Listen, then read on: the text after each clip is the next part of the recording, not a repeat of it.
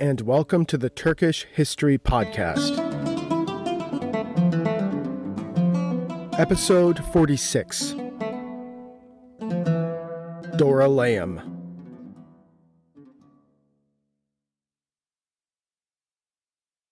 Before we begin, if you have been enjoying this podcast, I'd like to ask you to please subscribe, rate, and leave a review on Apple Podcasts or wherever you get this podcast.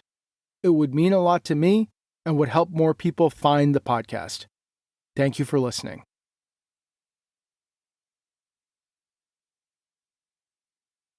So last time, we discussed the disastrous fall of İznik, how Kılıç Arslan's hubris had led him to leave the heartland of the Sultanate of Rum completely unguarded, resulting in the Crusader army marching unopposed to the walls of his capital.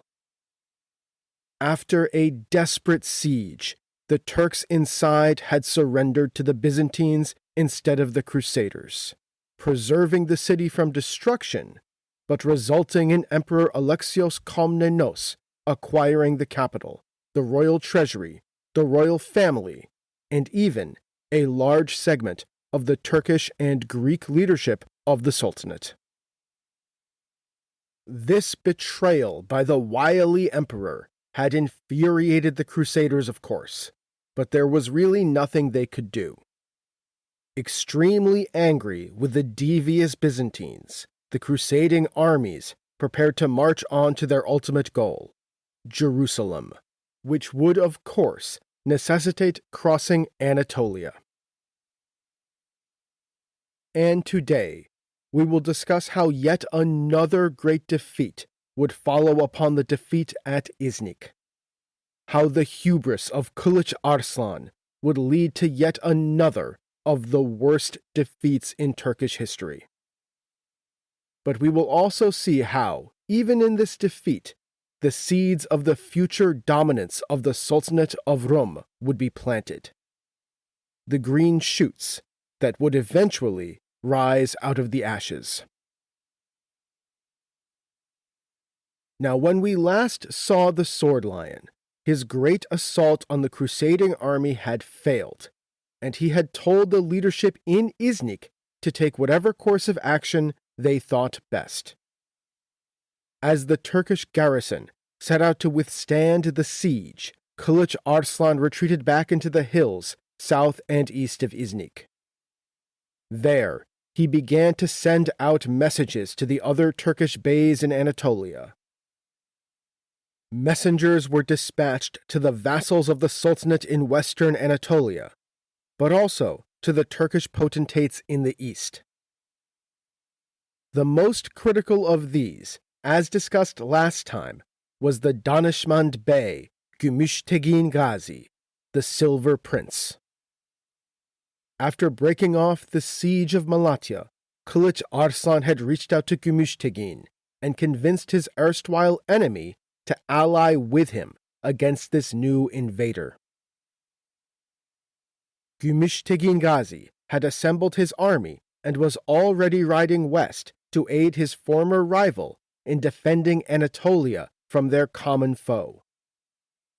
But yet other Turkish lords were being summoned from the east.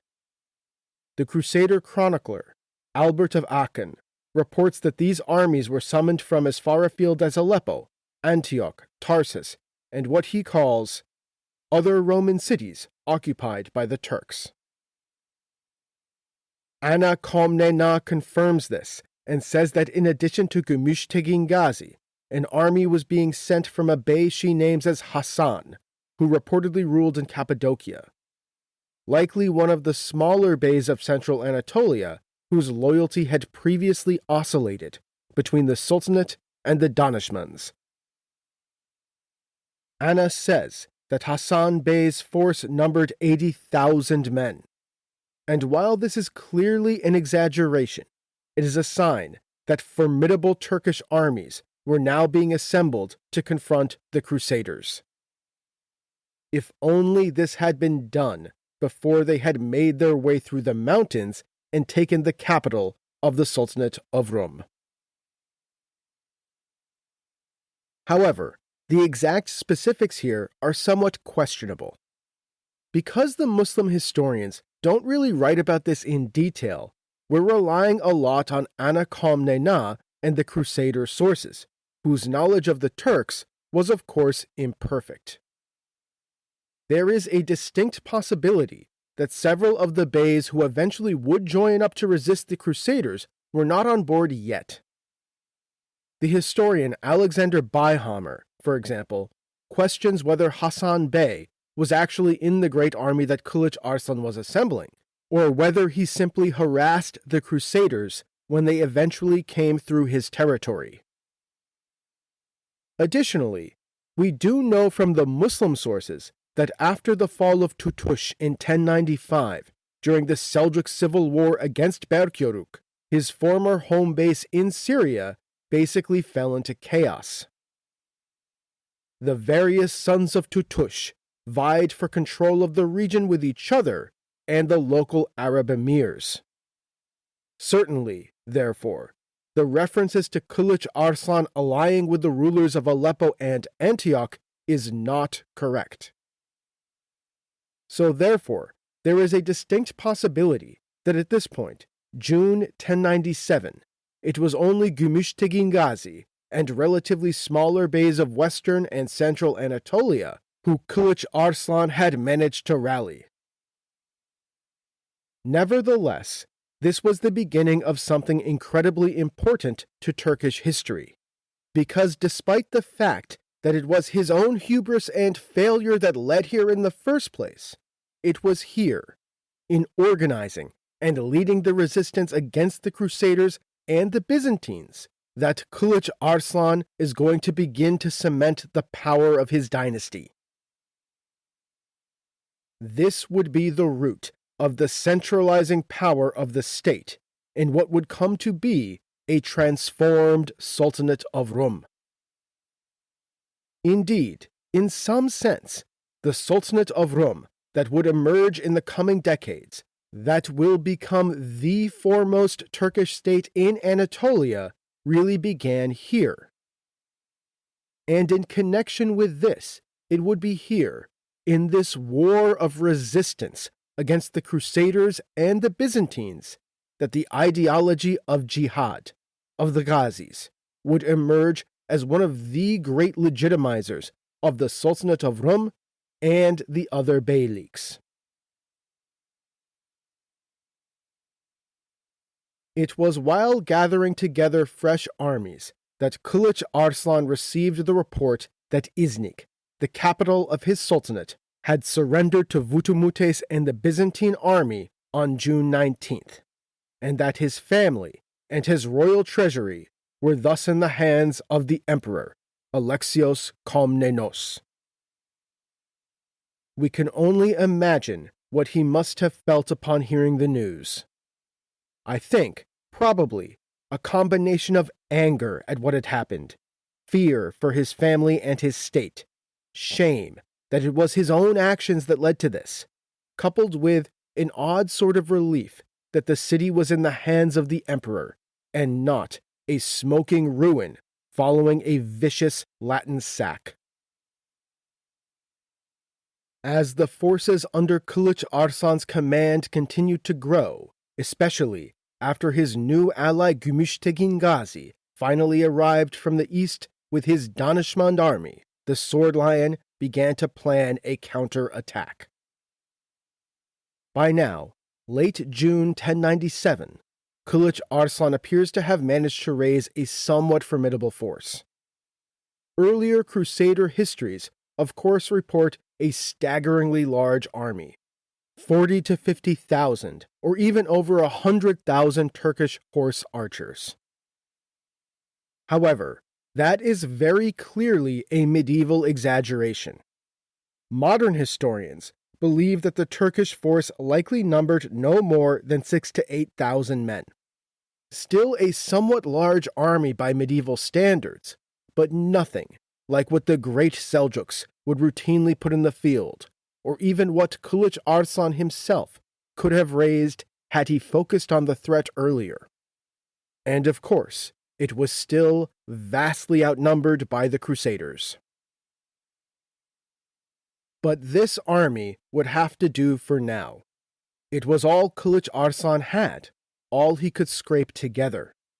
And moreover, he would not be able to raise another force like this on the requisite short time scale.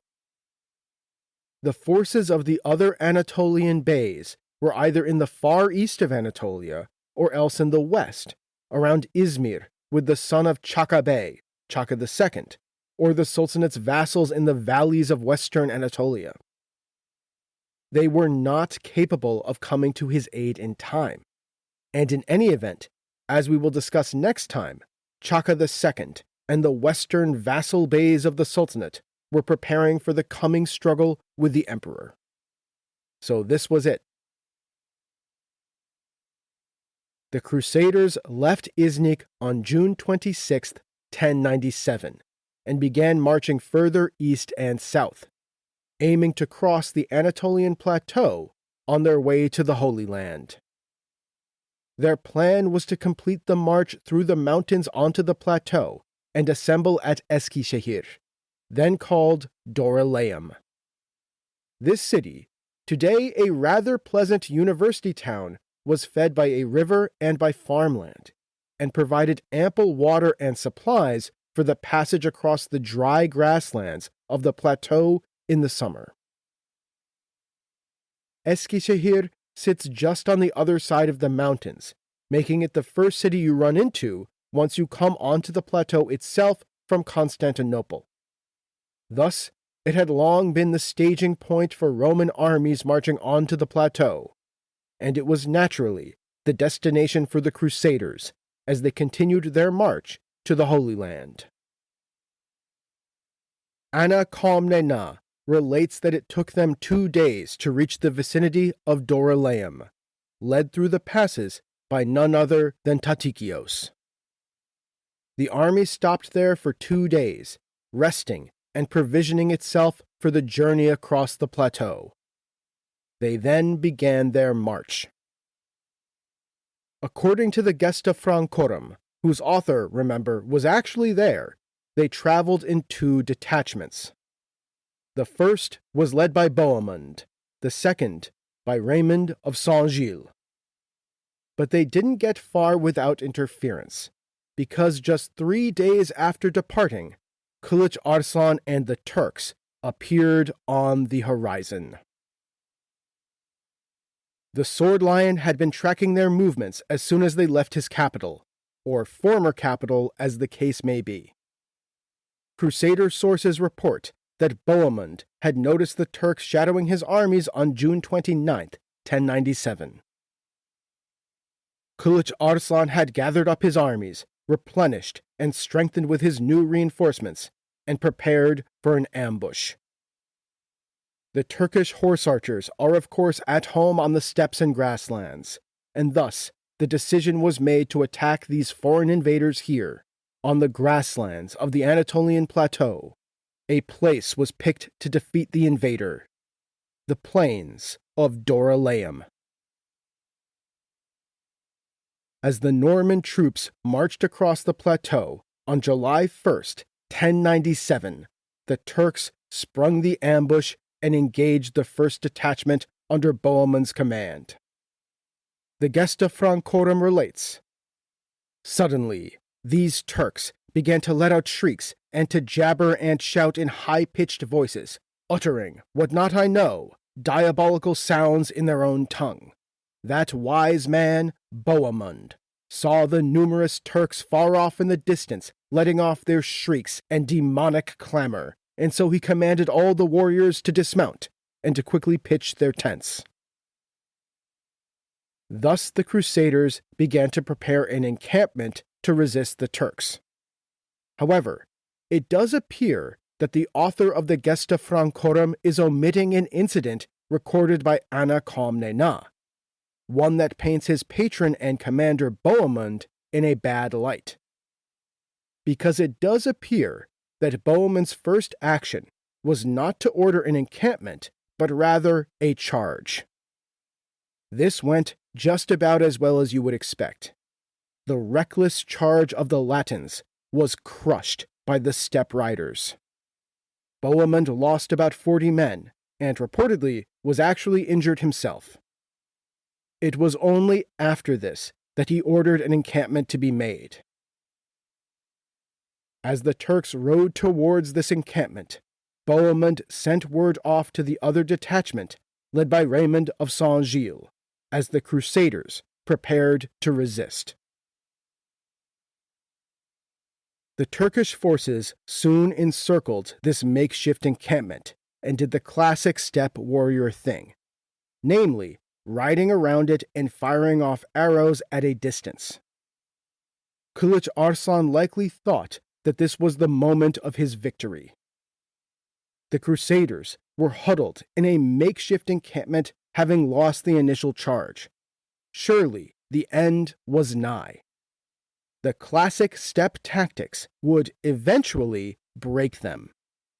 Strike from a distance, hit them with the terrifyingly accurate Turkish horse archers while they can't hit you, and eventually they will break. But as the assault commenced, it slowly became apparent that this was not going to work. Firstly, the heavily armored knights were not as susceptible to the arrow attacks. While their horses could be struck out from under them, arrow strikes to the knight's armor were usually not effective. Thus, the cream of the crusading army, the heavily armored knights themselves, did not sustain major casualties. However, the other contingents of lightly armored or unarmored infantry began sustaining major losses, and the Turkish strikes began taking out significant numbers of horses. Interestingly, the author of the Gesta Francorum relates that the women in the Crusader ranks were of great help during this battle in the encampment, providing water and encouragement to the soldiers. An important reminder that the crusade was truly a society-wide effort for the Western Europeans. But the other reason that Kılıç Arslan's constant assault on the encampment did not work is that the Crusaders inside knew that help was on the way. They just had to hold out until their allies got there. And as this began to happen, the battle began to turn.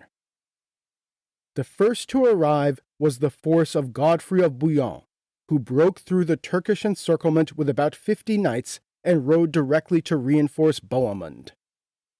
They were followed by the papal legate, the Bishop of Puy, and his men. As the Turks continued to harass the Crusaders, steadily inflicting losses on the infantry and the horses, more Crusaders arrived. Finally, the largest detachment, under Raymond of Saint-Gilles, made its way to the camp. Kılıç Arslan was now totally outnumbered, facing an army at least 10 to 15,000 strong, primarily composed of Latin knights. The opposing armies were now fully assembled on the Plains of Dorylaeum. Yet even outnumbered, the Turkish army was still terrifying for the Latins. The Gesta Francorum relates, "Now our men asked from where had emerged such a multitude of Turks, Arabs, and Saracens, and all others whose names I do not know, because all the mountains, hills, and valleys, and all the flat places, inside and outside, were so completely full of that race of excommunicants." With the arrival of Raymond of Saint-Gilles, the Crusaders now felt that they had the forces to attempt a counter-assault. The Latin knights assembled into their lines. Bohemund and Robert Curthose took command of the left. The large forces of Raymond of Saint-Gilles and Robert, the Count of Flanders, composed the center, while the forces of Godfrey of Bouillon formed up on the right. Then they advanced. Anna Komnena says, "A fierce and terrible battle commenced. As the knights charged, the Turks continued with their steppe tactics, harrying and unleashing a storm of arrows. But as before, unfortunately, the heavy armor of the knights made them largely impervious to direct arrow fire. Only their horses could be shot out from under them. The battle hung in the balance until the charge of the forces of the papal legate. He had led his forces on an encircling maneuver and managed to gain the high ground. Now, his knights charged down on the Turkish army from the flank. Outnumbered and facing this great charge of heavily armored Latin knights, the Turkish forces under Kılıç Arslan broke and began to flee. The Gesta Francorum reports, "Now, as soon as our warriors came forward, the Turks, the Arabs, the Saracens, the Angulani, which is a name given to the Arabs of Sicily, and all the rest of the barbarous people at once ran away, over the mountains and across the plains." But that wasn't all, because Kılıç Arslan had taken a large part of his royal treasury with him. Whatever was not already lost in İznik or remaining in Konya, the second great city of the Sultanate. This mobile treasury went with the Sultan wherever he was, and thus it was now here, on the Plains of Dorylaeum. As his troops broke and routed, the Sword Lion was forced to abandon his camp and abandon the treasury. The Gesta Francorum says, "And we took much loot, gold, silver, horses, donkeys, camels, sheep, cattle, and so much other things that we did not know about." We can only imagine what must have been going through the mind of the Sword Lion as he abandoned the camp and his treasury. What must he have thought, seeing his army breaking around him and fleeing, and knowing that this desperate attempt to defeat the Crusaders in the field, the last attempt, had failed. There was now no hope of another great field battle. He simply did not have the troops or the money to do that. And moreover, he dared not risk it. A third loss could very well be the end of him. There was no way he could possibly face them head-on to drive them from his territory. That stage of the war was now over. But as we will see, that does not mean that the war itself was over. The Battle of Dorylaeum, like the fall of İznik before it, was a catastrophe for the Sultanate of Rum. It is one of the worst defeats in Turkish history, arguably the greatest defeat in Turkish history, because it was now that on some level, Turkish control over Western Anatolia was broken. The ability of the Sultanate, and even the Turkish beyliks more broadly, to control the west of Anatolia was now over, because coming in the wake of the Crusaders would of course be the emperor, who would be set on reconquering and reincorporating that lost territory. Turkish political rule would not be returned to Western Anatolia for over a century. The coast of Western Anatolia, the fertile valleys and low hills of the west, even the westernmost part of the plateau itself, were lost. Though as we will come to see, even if Turkish political rule ended, the Turks themselves would continue in these lands, but as vassals and servants of the Roman Empire. And this defeat was yet another grievous blow to the prestige of the Sword Lion. He had now lost his capital and been bested again by the foreign invader, this time in the field and in an ambush of his own choosing. He yet again lost his treasury and huge herds. His family remained hostages in Constantinople. He had been beaten twice in war. And remember, for the nomadic tribes, victory in war and raiding was a huge part of a ruler's legitimacy. It was how the ruler demonstrated that he was divinely blessed, but also, on a more temporal level, how the ruler fulfilled the role of a steppe warlord in providing pasturage and loot to the tribes.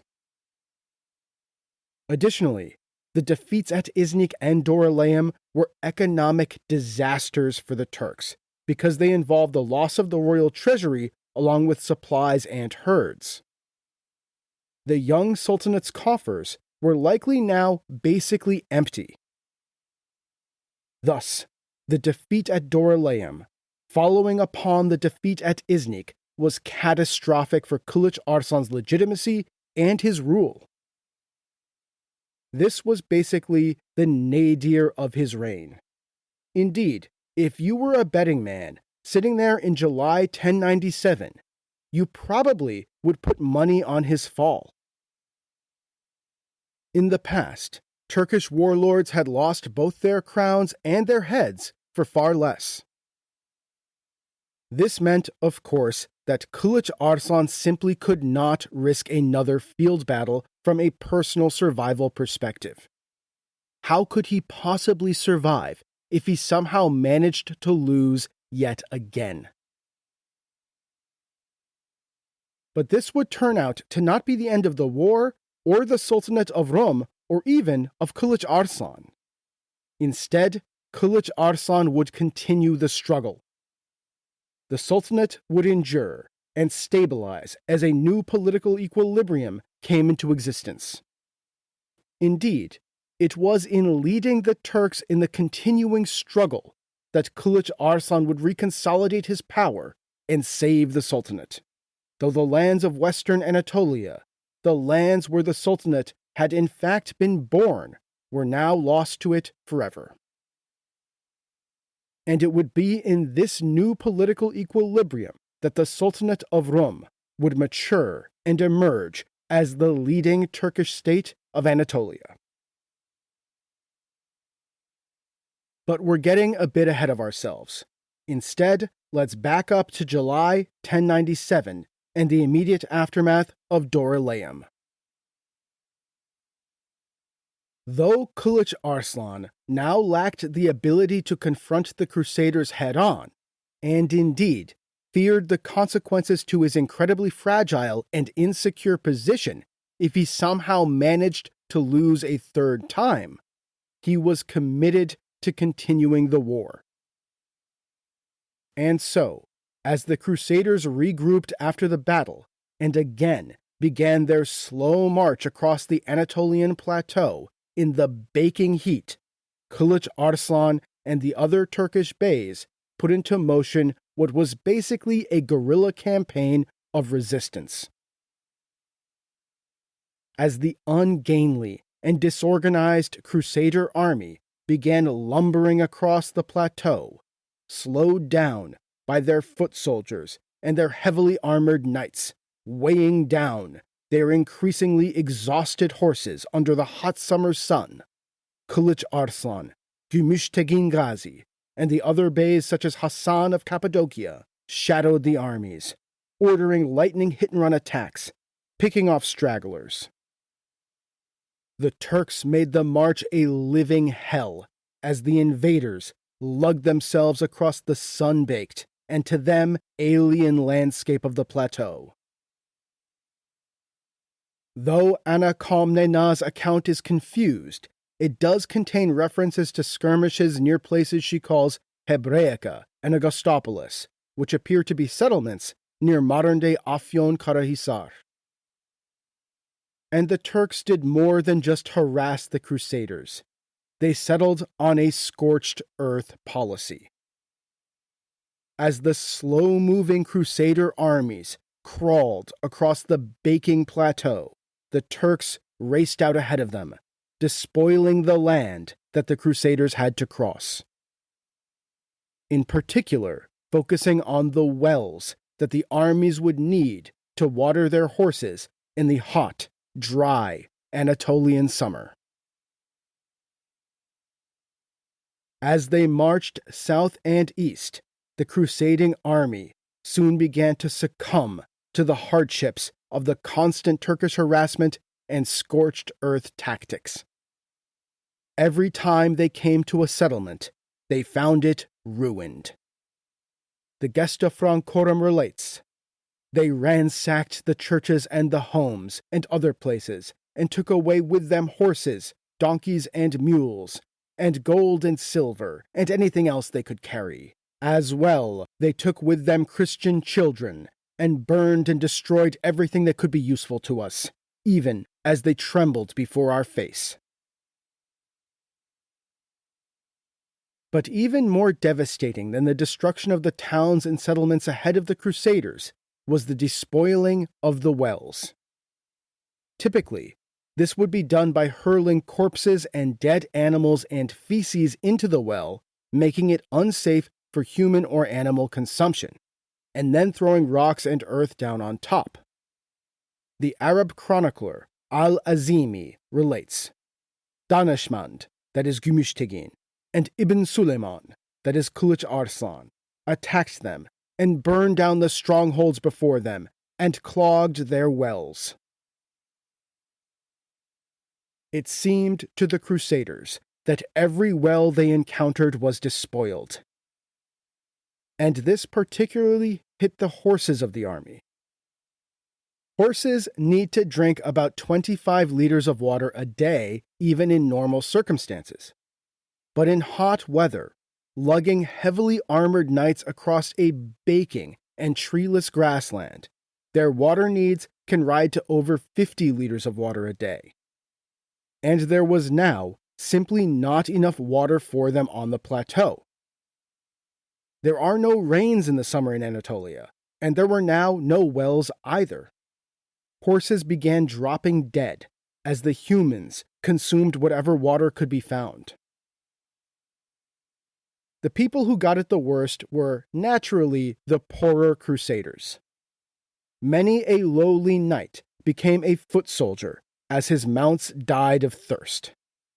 Apparently, there were even instances where, when water was eventually found, the parched men and animals drank so much so quickly that they died.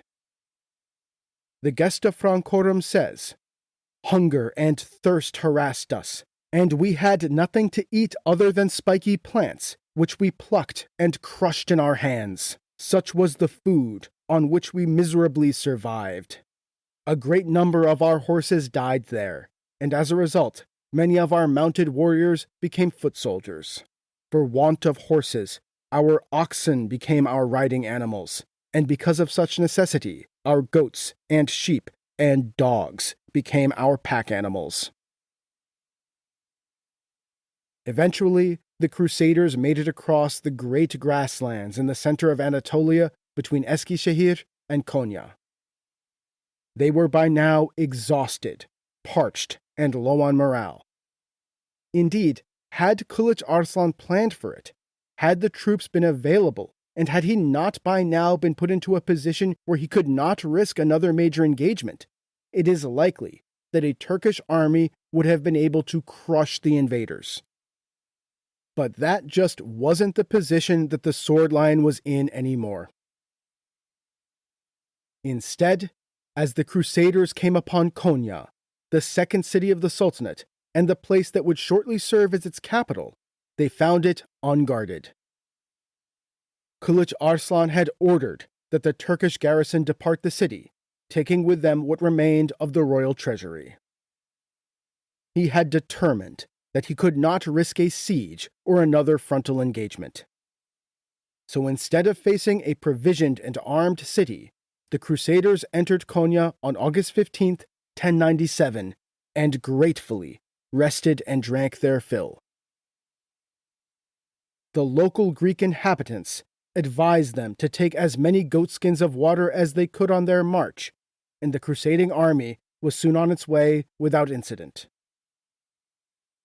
But though Kılıç Arslan dared not risk a full-on assault, the Turks were still committed to resisting the invader. So as the crusading army began marching east across Cappadocia, the Turks sprung another ambush.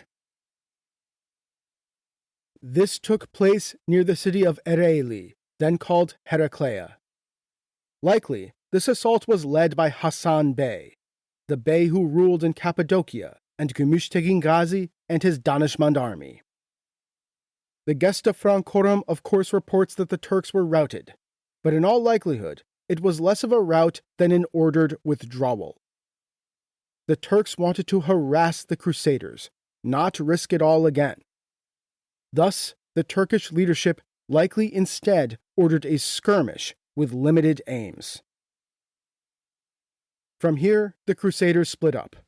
One party, led by the Norman Baldwin and his son Tancred, broke off from the main column and began marching south, through the Cilician gates and into Cilicia. There they marched to the city of Tarsus. This city, famous as the birthplace of St. Paul to a Christian audience, lies halfway between Mersin and Adana. As the Norman army advanced, the local Turkish bey resisted, but to no avail. The crusading army was just too large for such a small beylik to resist.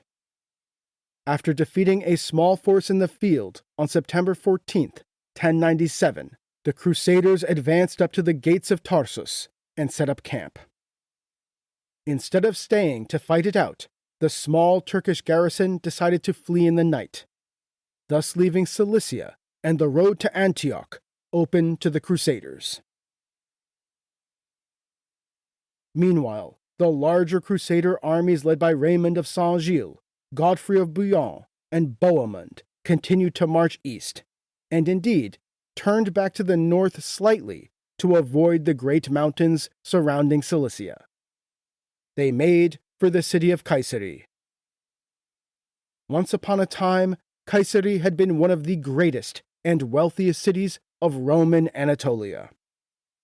Now, after decades of war, it was a shadow of its former self. Most recently, it had been the subject of dispute and war between the Sultanate of Rum and the Danishmends. But now, as with Konya, the Crusaders found it undefended. The Turkish garrison had been withdrawn in advance of the Crusaders' arrival. Apparently, the stay in the once great city was uneventful, as the author of the Gesta Francorum basically just records entering and then exiting the city. Leaving Kayseri, the Crusaders turned east, rounding the mountains before beginning to march south towards the lands of Antep, Urfa, and Aleppo. Along the way, they reportedly passed a city, Komana, that had been besieged by the Turks just 3 weeks before their arrival. Yet another sign of how unseriously the Turks had taken the reports of the Crusader advance. Arguably, the troops besieging Komana could have been put to better use before the walls of Iznik or on the plains of Dorylaeum. Finally, the crusading army descended from the mountains and left Anatolia.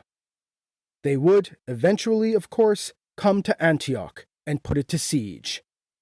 The cities of the Holy Land would fall, and Christian rule would be returned to the Middle East after 800 years of Muslim overlordship.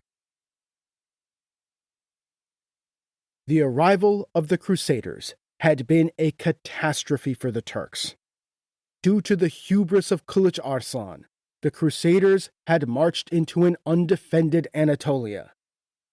They then defeated the sword line in front of the walls of Iznik, delivering the capital to Emperor Alexios Komnenos, and then they defeated the Sultan's hastily assembled armies again in the field, on the plains of Dorylaeum. None of this was inevitable. Had the Turks of Anatolia rallied together and prepared a defense of their new homeland, it is entirely possible that the crusading army would have been defeated, and world history would have been entirely different. Indeed, even given how hastily the Turkish armies were prepared and how outnumbered they were still a solid match for the Crusaders. The author of the Gesta Francorum notes the admiration that the Crusaders felt for their military prowess, an admiration seemingly felt by all peoples who encountered Turkish arms. Now, who can be wise and learned enough to dare to describe the wisdom, the martial qualities, and the courage of the Turks. He continued to say, "I will speak the truth. No one can argue against it. For if they had remained loyal to Christ, and had held firmly to holy Christianity, and had willingly confessed to the one Lord in Trinity, and the one Son of God, born of a virgin, who suffered, and who arose from the dead, and who ascended into heaven in sight of his disciples, and who sent the perfect consolation of the Holy Spirit, and if they had believed with right spirit and faith that he reigns in heaven and on earth, you would find no one who could match their strength, their courage, and their most ingenious ways of war."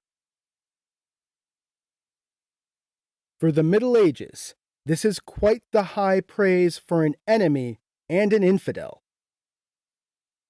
Yet despite this prowess, the Turks were defeated, and Anatolia, and indeed the world, was transformed.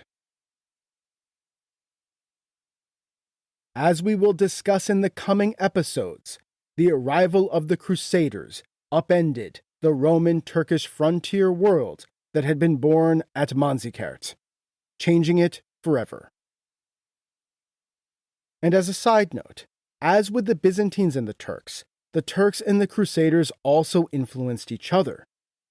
The sources indicate that even in the brief period of interaction, there were instances of conversion on both sides. Turks becoming Christians and even joining the Crusaders, and Latins converting to Islam and joining the Turks. According to Albert of Aachen, one of the Turkish spies caught in the siege of İznik converted to Christianity and even became a trusted advisor of the Crusader leadership. And in what I find to be the most interesting such story, Albert of Aachen also reports that a German woman on the People's Crusade ended up having a sexual relationship with a Turkish warrior, and even his companions apparently, before returning to the Latins after the first Crusaders conquered İznik. She ended up getting forgiven by the papal legate and rejoined the crusade. However, her former Turkish paramour urged her to come back to him, even saying he would convert to Christianity if required. She ultimately did return to him and abandoned the crusade to live with her new Turkish husband. According to Albert of Aachen, for no other reason than the intolerability of her lust. Now, to be extremely clear, it seems very likely that this woman was basically raped by the Turks after her capture. Yet the episode and her decision to return to her Turkish husband do, I think, show something of the messy nature of the interactions between the Crusaders and the Turks. Interactions born in extreme violence, but that nevertheless led to some amount of cross-cultural contact. As the crusading army departed Anatolia, they left behind them a wide swath of destruction, partially caused by them, but mostly caused by Kılıç Arslan's scorched earth tactics. While we cannot, of course, know for certain the true extent of the destruction, modern historians like Alexander Byhammer believe that this destruction far exceeded the destruction caused by earlier Turkish raiding, because the crusading army was far larger than any army seen in Anatolia for a long time. And it's interesting to note that the area subject to Seljuk scorched earth policy would, eventually, become the core of Turkish Anatolia. Despite coming from the east, it was in fact western and central Anatolia that would eventually become ethnically Turkified first. And some scholars believe that maybe it was the chaos caused by the invasion of the Crusaders and the Byzantine Seljuk wars in the west that would lead to the momentous social, linguistic, and ethnic transformation of Turkification. More immediately, and more importantly, the Crusaders left behind an Anatolia whose prior political equilibrium had been completely upended. The Crusaders had crashed through Anatolia like the proverbial bull in the china shop. The political world that had existed before their arrival was now gone, and in their wake, the Turks and the Byzantines would now struggle for control over Western Anatolia.